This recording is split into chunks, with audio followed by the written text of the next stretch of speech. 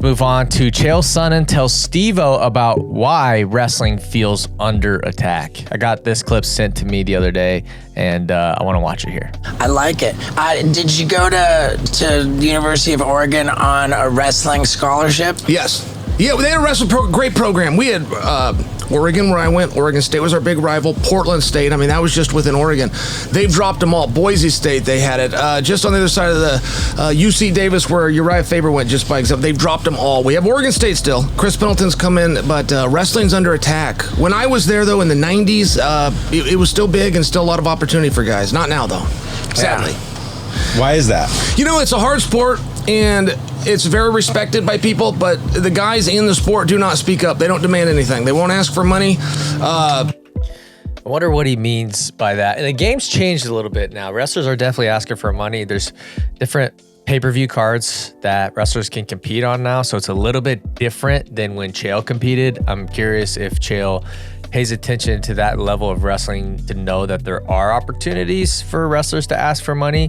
And in our experience, in the 3 wrestling cards that we have put on, there has been an interesting dialogue around money when it comes to talking to wrestlers. It seems like some wrestlers decide what they're worth by just making up a number out of thin air. And they say, this is what I'm asking for, this is what I'm willing to wrestle for, and either we agree on that price or we don't agree on that price. And then there's some who don't ask for anything, and that's where Chael's right in this particular instance. So sometimes they do nowadays and sometimes they don't. I'm assuming back when Chael was around, there wasn't a ton of like pay-per-view options. So that's kind of where he's getting that from. But some wrestlers definitely know to ask for money. Coaches aren't paid, and that goes all the way to the grassroots. Most of the coaches aren't paid, but I would agree still. Roots on the smallest of levels, Paid very high, I should say. Clubs, it's kind of known as a poor man's sport, which I think there's a lot of honor in that. But the other side of it is when it's time to speak up, and it is all about money. Wrestling never has any. They never have any to chip in, and they're the first ones to get the axe. Yeah, because not a lot of people go to watch a wrestling event. That's right. Versus like basketball or. That's right. I love wrestling. I wrestled here, coached here. I complain every time they cut a program. And to your point, in the meanwhile, I don't go to the events.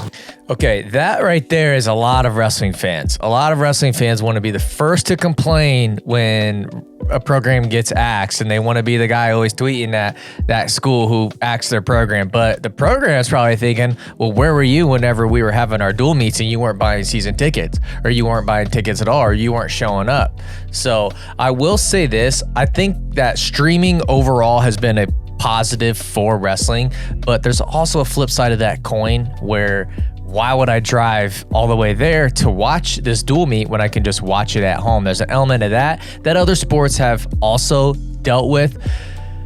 But at the same time, when there's a bunch of dual meets all on Friday, all on Saturday, all on Sunday, if you drive and go to the dual meet, you're going to miss all the other dual meets. So sometimes it's more beneficial to do it from home so you can watch everything.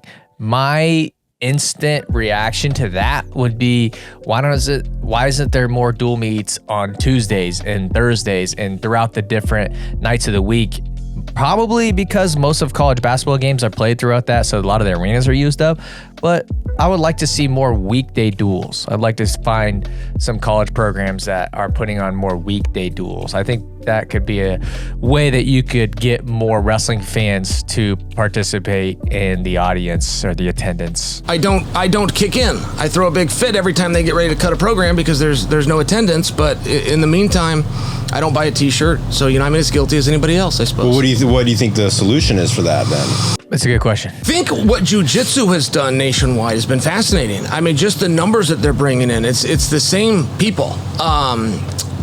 But there is a financial element to it. There is a cleanliness element to it. There is a uniform element to it. And then when it's time to compete, there's a lot of lights and cameras as well. Wrestling can't get on the front page, but the coaches don't even dress like front page news. They don't belong there. They put a wrestling mat out and 10 chairs. I don't know if a fancy suit's going to be the big thing to get the attention, but I kind of get what he's going for here at this point. His point is like, you got to dress for the job that you want, not the job that you have. I'm assuming what that means there. I don't get the cleanliness part though. That part I'd like to hear him explain farther on that. On each side, who wants to go to that? Where's the cheerleaders? Where's the beers? Where's the nachos? I feel like it could be a level of excitement. I think that's pretty much it for that clip. But It's kind of interesting to hear him say that because a lot of wrestling fans need to hear that. A lot of wrestling fans need to hear that you can't be the ones complaining and also the ones not showing up to the events. That's a wake-up call to wrestling fans in general. What can we do to get attendance up? That's the $1 million question. I get the bands, count the blue cheese, I do that for fun.